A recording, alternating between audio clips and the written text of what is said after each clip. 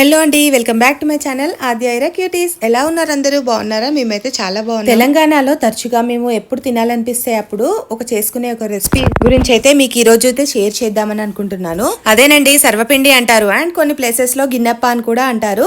Taste వైజ్కి వచ్చేస్తే ఈ సర్వపిండి అయితే చాలా ఎమ్మీగా ఉంటుంది. ఎవరైనా ఈజీగా పెట్టుకోవచ్చు అండ్ కొన్ని ప్లేసెస్లో కొందరికి పెట్టడం రాదు కదా, అందుకే స్టెప్ బై స్టెప్ ఈ వీడియో అయితే టోటల్గా చూసేయండి. మీకు సర్వపిండి పెట్టడం ఎంత ఈజీనో ఇప్పుడు అర్థమైపోతుంది. ఇక్కడైతే నేను 2 గ్లాసెస్ బియ్యం పిండి తీసుకున్నాను. దాంట్లో కొంచెం సాల్ట్ యాడ్ చేసుకోండి అండ్ 2 స్పూన్స్ కారం అయితే వేసుకోండి. కారం కొంచెం ఎక్కువగా వేస్తుంటేనే బాగుంటుంది. అండ్ నెక్స్ట్ అయితే ఒక 2 to 3 స్పూన్స్ అయితే నువ్వులు యాడ్ చేసుకోండి. నువ్వులు యాడ్ చేసుకున్న తర్వాత పల్లీలు యాడ్ చేసుకోండి. అండ్ ఇవన్నీ యాడ్ చేసుకున్న తర్వాత ఒకసారి బాగా మిక్స్ చేసుకోండి. ఇట్లా మిక్స్ చేసుకుంటే మంచిగా పిండిలోకి అయితే ఉప్పు కారం అన్నీ మంచిగా కలిసిపోతాయి. అండ్ కొంచెం జీలకర్ర కూడా యాడ్ చేసుకోండి, టేస్ట్ బాగుంటుంది. తర్వాత అయితే మొత్తం కలిసిపోయిన తర్వాత అల్లం వెల్లుల్లి పేస్ట్ కూడా యాడ్ చేసుకోండి.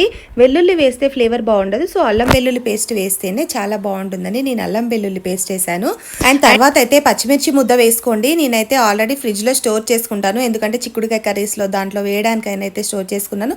సో అదే ముద్ద తీసుకొని పచ్చిమిర్చి ముద్ద కొంచెం యాడ్ చేసుకున్నాను. 1 స్పూన్ యాడ్ చేసుకోండి సరిపోతుంది, ఎందుకంటే కారం కూడా ఉంది కదా. అండ్ ఒక మీడియం సైజ్ ఆనియన్స్ అయితే 2 తీసుకొని వాటిని చిన్న చిన్న పీసెస్గా కాకుండా కొంచెం లావుగా కట్ చేసుకోండి, అలా అయితేనే టేస్ట్ బాగుంటుంది.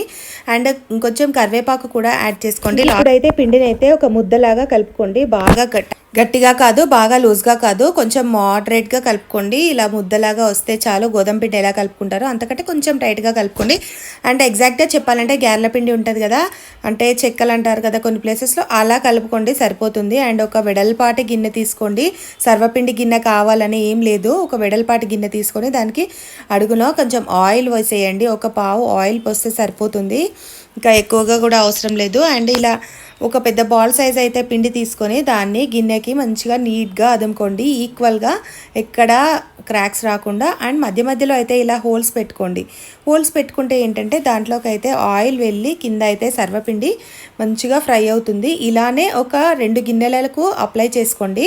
అంటే 2 స్టవ్స్ మీద 2 గిన్నెలు పెట్టుకోవచ్చు. అండ్ ఒకవేళ మీరు 4 స్టవ్స్ ఉన్నా కూడా ఎట్ ఏ టైం 4 గిన్నెల్లో పెట్టుకొని కూడా కాల్చుకోవచ్చు. ఇక ఫ్లేమ్ని అయితే చిన్నగా పెట్టుకోండి. హైలో పెట్టుకుంటే సరిగా సర్వపిండి అనేది ఫ్రై అవ్వదు. సిమ్లో పెట్టుకొని ఇలా తిప్పుకుంటూ కాల్చుకోండి. చూడండి ఎంత గోల్డెన్ బ్రౌన్లో వచ్చిందో, ఇలా వస్తుంది. సర్వపిండి మొత్తం ఇలా ఫ్రై చేసుకోవడంలోనే టేస్ట్ ఉంటుంది. ఎంత స్లోగా ఈ ప్రాసెస్ని అయితే చేస్తామో అంత బాగుంటుంది. అంత స్లోగా అయితే ఫ్రై చేసుకుంటే ఈ కలర్లోకి అయితే వస్తుంది. ఇలా చేసుకున్న తర్వాత 4 to 5 days వరకు అయితే మనం తినొచ్చు. చూసారు కదా ఈ రెసిపీ ఎంత ఈజీగా ఉందో, మీరు కూడా చేసేయండి. వీడియో నచ్చితే లైక్, షేర్ అండ్ సబ్స్క్రైబ్.